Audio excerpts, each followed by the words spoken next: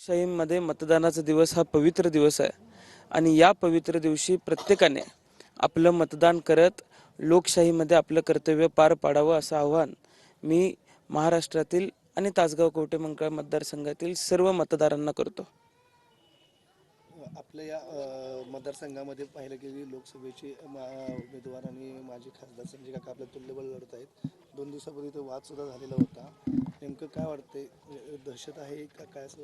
दहशत नाही आहे, कुठल्याही पद्धतीची गुंडगिरी नाही आहे. गुंडगिरी मोडून काढण्याचं काम या मतदारसंघातल्या सर्वसामान्य लोकांनी केलेलं आहे. किंबहुना आत्ता जे लोक बाहेर पडलेले आहेत, लोक उत्स्फूर्तपणे मतदानासाठी बाहेर पडलेले आहेत, ते गुंडगिरीच्या विरोधात पडलेले आहेत, दडपशाहीच्या विरोधात पडलेले आहेत आणि या विधानसभेच्या निकालाच्या माध्यमातून सर्वसामान्य माणसं यांना उत्तर दिल्याशिवाय राहणार नाहीत. राज्यातील परिस्थिती काय वाटते आपल्याला? राज्यामध्ये महाविकास आघाडीसाठी अत्यंत पोषक असं वातावरण आहे. विदर्भामध्ये, मराठवाड्यामध्ये, कोकणामध्ये आणि पश्चिम महाराष्ट्रामध्ये चांगल्या पद्धतीने काँग्रेस असेल, शिवसेना उद्धवसाहेब बाळासाहेब ठाकरे असतील आणि राष्ट्रवादी काँग्रेस शरदचंद्र पवार पक्ष असतील, उमेदवार अत्यंत चांगल्या पद्धतीने लढा देत होते. सगळेच ताकदीचे उमेदवार होते आणि पक्षासाठी आणि पक्षाच्या धोरणांसाठी सुद्धा वातावरण पोषक आहे.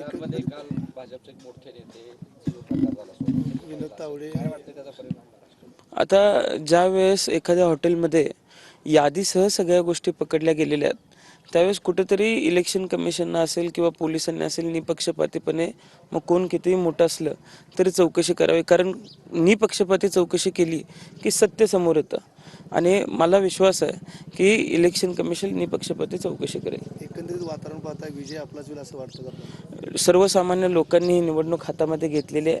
नेते एकत्र झाले असले तरी सर्वसामान्य लोक एका बाजूला आणि सर्वसामान्य लोक मला विजय करतील.